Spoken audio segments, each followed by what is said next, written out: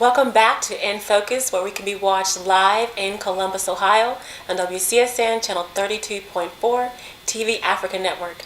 I'm your host, Erica Hawkins, and with us today we have two wonderful gentlemen. We're going to be talking about the Nigerian Independence Day. And with us first we do have Solomon Babatunde Ayaru. He is actually the president of the Institute for International Training and Development in Columbus, Ohio. Mr. Ayaru also is president of the Nigerians in Diaspora Organization Americas Ohio chapter. He is the former assistant director of the Center for African Studies, the Ohio State University, OSU, where he was responsible for overall management of the office, including community outreach and engagement. Now, prior to this, he served in various capacities at OSU, including personal officer for the Office of Minority Affairs and graduate administrative associate. Thank you so much for joining us today. Thank you. Tell us a little bit about yourself. I'm a teacher by profession. Okay. And I've been teaching I've been in the field of education for over 35 years. And I love to work with the community. Using President Obama's word, I'm a community organizer. Okay. So basically that's what I will say about myself. Wonderful. And thank you so much for joining us today. And also with us we have Ayomobe Oyemo, and he is a graduate of the University of Maryland, College Park, where he studied mechanical engineering and Africana studies. While at the UMCP, he served as president of the African Students Association and also was a co-founder of the African Studies Progressive Action Committee. And you are also the secretary as well for the NIDOA, correct, of Ohio? Yes. All right, thank you so much for joining us. Tell us a little bit about yourself as well. Oh, you've already given me such a fantastic introduction. Not sure what else to add. I'll say that I'm actually a Nigerian who was born and raised in America. I could go and keep in contact. I'm constantly traveling to Nigeria and keeping up to date with the various political things that are happening that affect Nigerians both home and abroad. And I'm really happy to be on this show. Awesome. Thank you so much for joining us on In Focus. Yes. Just a point of correction, I'm the Vice President, Institute for International Training and Development, not the President, my mistake. Oh, quite all right. Quite all right. Vice President.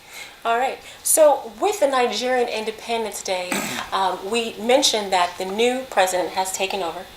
And how has he made some changes within Nigeria so far?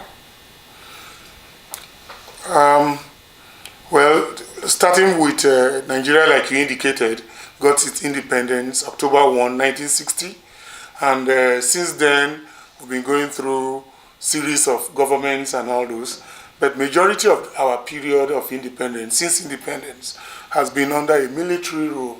Okay. So we've had a dictatorship in Nigeria for years. And eventually we had a transition to civilian rule, which is Shagari was our first civilian administrator. And then thereafter there was an election to succeed him. The guy who won, Abiola, Chief Abiola, was never inaugurated, so he did not take over. He was arrested and put in jail, and he died while in jail. So since then, it's been one trouble after the other. Mm-hmm. The military came back again and took over. We had Abacha was in there, and Abacha left, and then there was a transition government.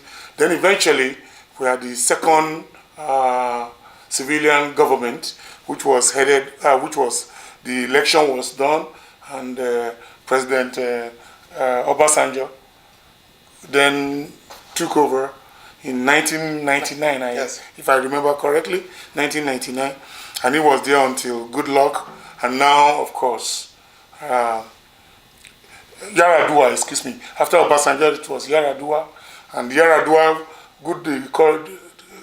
died in power in government, and then Goodluck, who was his vice president, took over, and he was there for 6 years until currently we had the transition to the current president, President Buhari.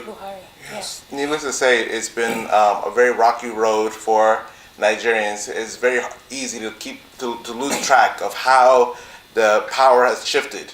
But what made this last election so monumental was this is the first time in Nigeria's history that one elected official was able to pass down power to another elected official from different parties. Okay. From different parties, and there'd be no problem at all. Since 1999, as Brother Ayiru said, we've had successive heads of state. Starting with Obasanjo, then to Yar'Adua, who unfortunately died in power, and then Goodluck Jonathan, who was his vice president, eventually became the president and then won the election in 2011. Now, those three individuals that we just talked about were members of PDP, the People's Democratic Party, which have been in power since 1999. And President Muhammadu Buhari, right now, he ran under the banner of APC. Okay. So this was the first time, as I said, that one party had gone and handed over power successfully to another party. And that's huge, not just for Nigeria, but all of Africa. Okay.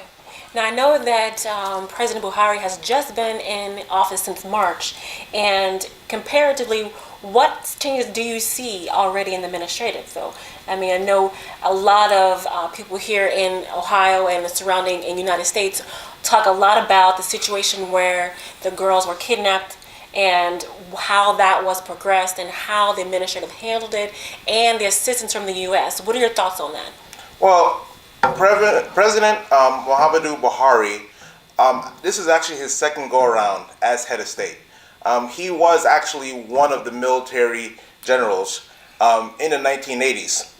And under his administration, one particular event that occurred was something called the War on Indiscipline. And this was basically when a lot of people who were doing a lot of illegal things and whatnot were tried. A lot of them actually executed. And there was a shifting in consciousness of the Nigerian community, which lasted until he was actually overthrown in a military coup. Okay. And pretty much bringing some of that energy back. Not the same exact wording, but, talking about we're going to go and stamp out corruption. Stamping out corruption is a major thing that he's known for. And as well, coming from a military perspective, he knows how to go and handle these type of things. Ironically, when he was in office, there was a Boko Haram type of situation that was going on in Nigeria, the Mike Consini rebellions, and he was actually one of the people who helped to go and stomp it out. So already immediately, as soon as he got sworn in, there was a lot of shifting around of the military.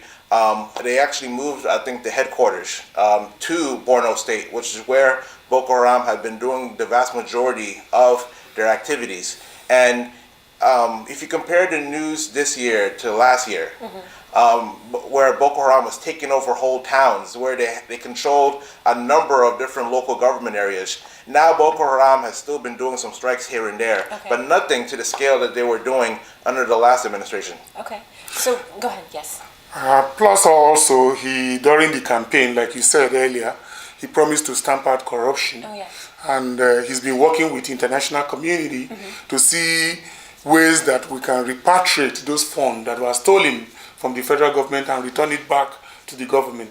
And one other thing he did that I think is very good, the previous government used to have different accounts where they pay the federal money owed to the federal government into those different accounts.